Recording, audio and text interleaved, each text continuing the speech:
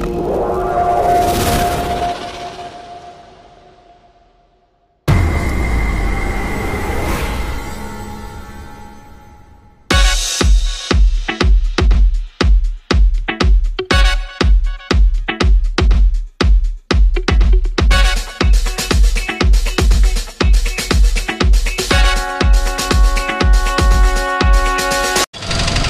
দর্শকবৃন্দ, আজকে দ্বিতীয়াতে জানাই আপনাদের আন্তরিক শুভেচ্ছা ও অভিনন্দন।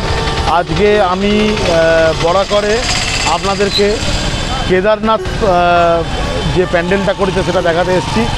তো আগের দিনে আমার যে আগের ব্লগটা করেছিলাম যেটা হচ্ছে বুর্জ খালিফার ব্যাপারে ছিল, তো আজকে আমি কেদারনাথের ওপর মানে কেদারনাথ যে প্যান্ডেলটা করেছে তার উপর ব্লগ করেছি। রাস্তার ওপরে প্যান্ডেল বরাকর থেকে আপনার কুমারডুবি যাওয়ার পথে, যেটা ব্রিজ ক্রস করার আগে এই প্যান্ডেলটা হয়েছে। তো আমার সঙ্গে থাকুন, আরও ভালো ভালো প্যান্ডেল আপনাদের দেখাবো। আর যদি ভালো লাগে চ্যানেলটাকে একটু অবশ্যই সাবস্ক্রাইব করে দেবেন। চলুন যাওয়া যাক। দেখুন এক টুকরো কেদারনাথকে পুরো তুলে এনে দিয়েছে আমাদের বরাকরের মধ্যে, বুঝতেই পাচ্ছেন। যারা কেদারনাথ দর্শন করেছেন তারা বুঝতে পারবেন। আমি যাইনি, তবে যাওয়ার ইচ্ছা আছে। তো দেখুন,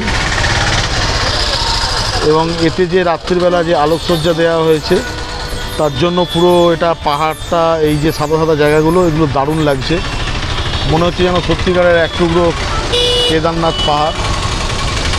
এটা বরাকরের হচ্ছে আদি দুর্গা মন্দির, সেটার এই আদলটা আর এই আদি দুর্গা মন্দিরটাকে কেদারনাথ পাহাড় মানে প্যান্ডেলে রূপান্তর করা হয়েছে।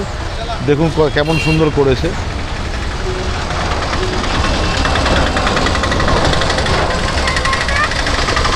এই প্যান্ডেলটা আপনারা দেখতে পাবেন হচ্ছে বরাকর থেকে। এইদিকে আপনারা হচ্ছে এই দেখুন কুমারডুবি জাম লেগে আছে কুমারডুবি যাওয়ার পথে, এবং এই কুমারডুবি যাওয়ার পথে আপনি এই প্যান্ডেলটা দেখতে পাবেন। এইদিকে এগিয়ে গেলে একদম কুমারডুবি পেয়ে যাচ্ছেন। আর এইদিকে হচ্ছে বরাকর।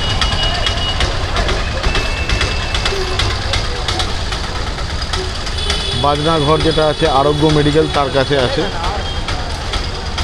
এই হচ্ছে আপনার হচ্ছে কেদারনাথ প্যান্ডেল। একবার যদি আপনারা যারা প্যান্ডেল হুপিং করেন তারা একবার অবশ্যই বলবো যে সন্ধ্যের দিকে আসতে এই আমাদের বরাকরে এই কেদারনাথ প্যান্ডেলটা যেন দর্শন করে যায়। খুব ভালো প্যান্ডেল হয়েছে। তো এই বলেই আমার এই ছোট্ট একটা মিনি ব্লগটা আমি শেষ করছি। অবশ্যই আমার চ্যানেলটাকে সাবস্ক্রাইব করে দেবেন এবং লাইক করে দেবেন।